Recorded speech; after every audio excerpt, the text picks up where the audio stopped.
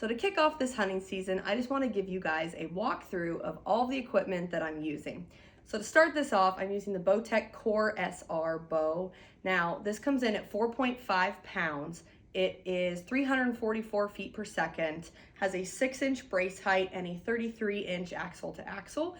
Now I know people always ask, okay, out of the Bowtech lineup, why did you choose the Core SR? And to be honest, I prefer the bows with longer axle to axle. Coming from the target side of things, we shoot long ATA bows, and so going and say shooting a hunting bow with a 30-inch axle to axle feels foreign to me. My anchor point feels pretty unnatural, and so I tend to choose the hunting bow with a little bit longer axle to axle. That way my anchor point and the string contact on my face feels a little more comfortable and normal for me.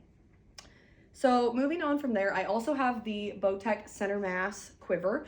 I used to use the tight spot quiver. I did just transition over to the center mass quiver. The one thing that I really liked about this one is that it actually mounted to the bow itself instead of mounting to a sight bracket. I feel like it's a lot more solid on the bow, and I think that's a pretty cool thing. It also keeps the quiver really tight into the bow, and I like that so I don't have as much weight hanging off that right side. For my front stabilizer, I'm using the AAE Mountain Series stabilizer in a 12-inch bar. That is a little longer, but coming from the target side, I'm used to a 30-inch front bar. So for me, a 12 isn't long at all. Now I am running their tungsten weights up front. I have 3 tungstens, and each tungsten is the equivalent of 3 ounces on one of the standard weights. So I'm running a total of 9 ounces up front. Now, if I did that with the standard weights, it would stick out a lot further. So I choose to use the tungsten so I can have the bar length that I want and the front weight that I want, but not have my bar so long that if I'm sitting in a blind, it's going to cause me contact issues on the front of the blind when I go to draw back. For my sight, I am shooting the Excel Landslide. I've actually used this thing for a few seasons, and I don't think you can find a better sight. Working with it as far as leveling your axes has been awesome. I do use the AccuStat head with multiple pins. So I have pins out to 70 yards, and then I do use my 70-yard pin as a floater. So what that means is I have a sight tape on the side of my bow, and then I can move this whole housing up and down and use my 70-yard pin to float to different distances. I do like this. Growing up on the West Coast, we are taking farther shots at animals than people are used to on the East Coast. So if I have a further shot, I like to be able to set my sight right on the exact number instead of gap pins or guess, and this sight allows me to do exactly that. So using it for a few seasons, this is the exact sight. You know, I haven't changed year to year. I've used the same sight for multiple seasons, and I have put it through hell, and it has held up incredible. So I have nothing but good things to say about the sight. From AAE, I'm using their Prophecy rest. Now it is a cable-driven drop-away rest. I know everyone is on the limb-driven kick, and honestly, I just have shot the cable-driven for so long. It's what I'm used to, it's what I'm comfortable with. If it isn't broke, don't fix it, in my opinion. So I do choose to still use this rest from AAE. Here's another thing, just like I said on the site, I've had no issues with it and no problems with it, and that goes a long way with me. So if I have a product that I know and I trust and I believe in, then to me, that's a product that I'm gonna stick with. So on the back of my bow here, you'll see I have a little bit of a funky setup as far as like my back bar. So I am using the Bowtech center mass side mount here, and then I have just a weight stack from AAE attached to that. I am running 11 ounces here. Now I know that sounds like a lot on a hunting bow, but by doing that, I was able to completely cut the back bar out of the equation. For me personally, when the arrows are in the quiver on this side, if I'm trying to like crawl on an antelope, when I had the back bar sticking out this side of the bow, I just felt like it was too much and it was in the way, but I wanted a way to still have the effect of the back bar where I could at full draw keep my bow and my bubble level and the quiver weight and the rest and sight weight weren't fighting me. So I was able to put this on there, just take the weight stack, point it out a little bit, and it was able to offset that weight for me to keep my bow level. So it was just kind of my redneck ingenuity way of making that work, but it accomplished exactly what I wanted, and I'm pretty happy with that. I've ran that like that for 2 to 3 seasons now, and I'm going to do the same thing for this season. So my strings, I am running the gas strings on my bow, and in my opinion, when it comes to your hunting setup, a set of good aftermarket strings is the best investment that you could make. On a hunting setup, it takes a lot of effort to go through and time your bow, tune your bow, and then sight in your pins, get a sight tape on your hunting bow. And the last thing I want is my string or my cables to stretch and me have to start that process all over again. So I choose gas bowstrings just because I know how good their products are. I have the utmost confidence in them. I use them year round for target, putting literally thousands and thousands of arrows through my bow, and the strings hold up great. So I know through target testing that this is the best thing that I can put on my bow for hunting, and I do exactly that. Now on this string, I do have the Bomar nose button. Now I don't use this in the traditional sense like they market it as help you find your anchor point. If I can't find my anchor point by now, I should probably just retire.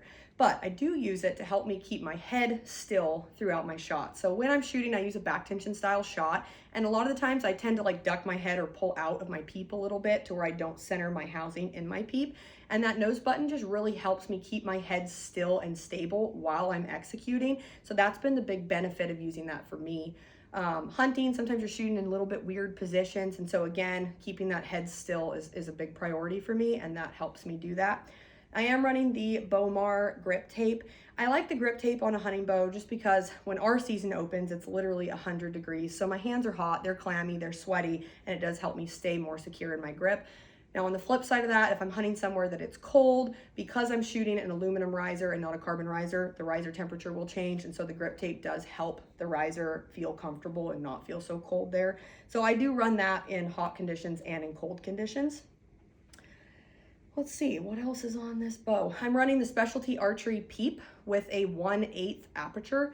Now I know that is small for hunting. I have eye issues, I had LASIK, they screwed up my close vision, and I really struggle seeing my pins. They all want to blur together. My options were either try contact, wear glasses, or I've hunted with a verifier in the past, which is really not ideal for rain, dirt, all that kind of stuff. So my quick easy fix was drop down an aperture size. It cleared my pins up. I can still see my whole housing, so everything worked out, and it just made the most sense to me. So not the most ideal thing for hunting, but sometimes you just have to adapt to your body and the situations. So that's what I did. So I think that pretty much covers everything on my bow. So I got a few other pieces over here I want to show you guys. So for my release, I'm shooting the True Ball Goat. As I almost drop it. The cool thing about this release is that it's a 2-in-1. So you can have this release set as either a button or a hinge. Now I am shooting it in tournaments as a hinge, and I tend to hunt with whatever I'm using in tournaments. So I have been hunting with a hinge since last season. My first hunt with the hinge was in New Zealand, and then I did use it here in the States. I used it in Africa last year, and I had 0 issues. I actually found that my shot execution, my shot timing, and just the overall confidence that I had in my shooting was a lot better with this. I do hunt with the click. I shoot tournaments with the click. I also hunt with the click, and I actually like that because it lets you know if you're drawing in weird positions or different things that you're at the right spot of your shot. But I will say I do sort through my clicks to make sure that I find one that's pretty quiet. I've had no issues with the animals hearing the click. I know that's a question I always get. I've shot them pretty close in blinds and tree stands, and I've had no issues. Like I said, I did find a pretty quiet click. And overall, this has just been awesome. I do attach this through this piece here to a wrist strap, so that way I don't drop it or lose it during hunting season. So I do not just carry it loose. Next is my optics. I am using the Sig Zulu 16s, and they're a 16x42. The really, really cool thing about these is that they're an image stabilization optic. So literally, I can flip this switch right here, and if I'm looking at a deer coming in, and I always get the shakes and get a little nervous during hunting season, and a lot of times I'm like, how many points does he have? Is he broke? What's he look like? I can tell instantly because the image stabilization kicks in, and so whether I have the shakes or not, the binos come through for me every single time. So I did use these last season, and they were a dream. I cannot imagine myself ever going away from these, so I will be using them. They will be in my bino harness this season. Right now, they're currently set up for target, but one of the coolest and the best binos that I've ever used. Let me actually add to that. I will say I'm really hard on my binos, and just as a testimonial to how well these work, I may or may not have forgot them outside in New Zealand in the rain. Tata killed a stag. It was dark, so I couldn't see that I'd left them. They were out there all night, absolutely just drenched. I went back out, found them the next morning, and they were good to go. I literally threw them in my bino harness and used them for the rest of the hunt. I've had my bino harness open, jumped out of the back of a truck, and had them fall out. Sorry, Sig, don't hate me. But honestly, I just want you guys to understand that while these are image stabilizing binos, I know a lot of people are like, oh, well, will they fail on me? And I have put these things through extremely, extremely rigorous testing, and they have held up to everything that I can do. And I always tell my sponsors, if I can't break it, nobody probably can. So I really, honestly, I cannot say enough good stuff about those optics. Last but not least is my arrow build. So I am using the Black Eagle X Impacts. They are a 400 spine. That's just what works out with me with my poundage and my draw length. Up front, I am running the Black Eagle Focus system. And then for my broadheads, I'm actually mixing it up this year, and I'm using the Beast broadheads. This is gonna be my first season using them. I'm really excited. I do just have a practice head from them on there now.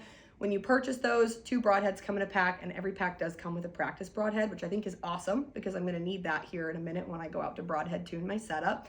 On the back, I am using the AAE Air Razor vanes. Now, these are a newer vane to AAE, and they are a little stiffer than the typical vane that you've seen AAE make in the past. What I love about these vanes is they're a lot quieter than any other option that I've used in the past or that I've tested. So when I was in Africa, I shot a lot of squirrely animals that would typically duck your string, and have ducked my string in the past with other vanes. And I put these on, and animals like impala and steenbuck just stood there and took it. And every time it happened, I was like, that was a fluke. And the more it happened, I was like, these vanes are the shit. Like, this is awesome. And so I was pretty excited about that. I am going to continue running these vanes. Now, I do choose to run them in a 4-fletch instead of a 3-fletch. Shooting the Beast broadheads with their low profile, I probably could have ran a 3-fletch. I would have been totally fine. My arrows were already built and fletched from years past. And when I'm using a fixed blade broadhead, a lot of the times I just want to know that I have enough vane to steer that broadhead and have no issues. So I have transitioned to using 4-fletch over the traditional 3-fletch on my hunting arrows.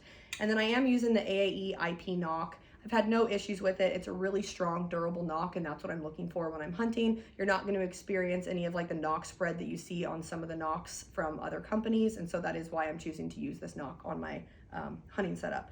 So the total arrow weight of this is 393 grains. Now, some of you are probably going, wow, that's really light, but I've actually done a lot of different arrow testing in the past. I've tested 320 grains, 340, 390, and 420. And I found that at 390 grains with these XM packs, it is just the deadliest combination.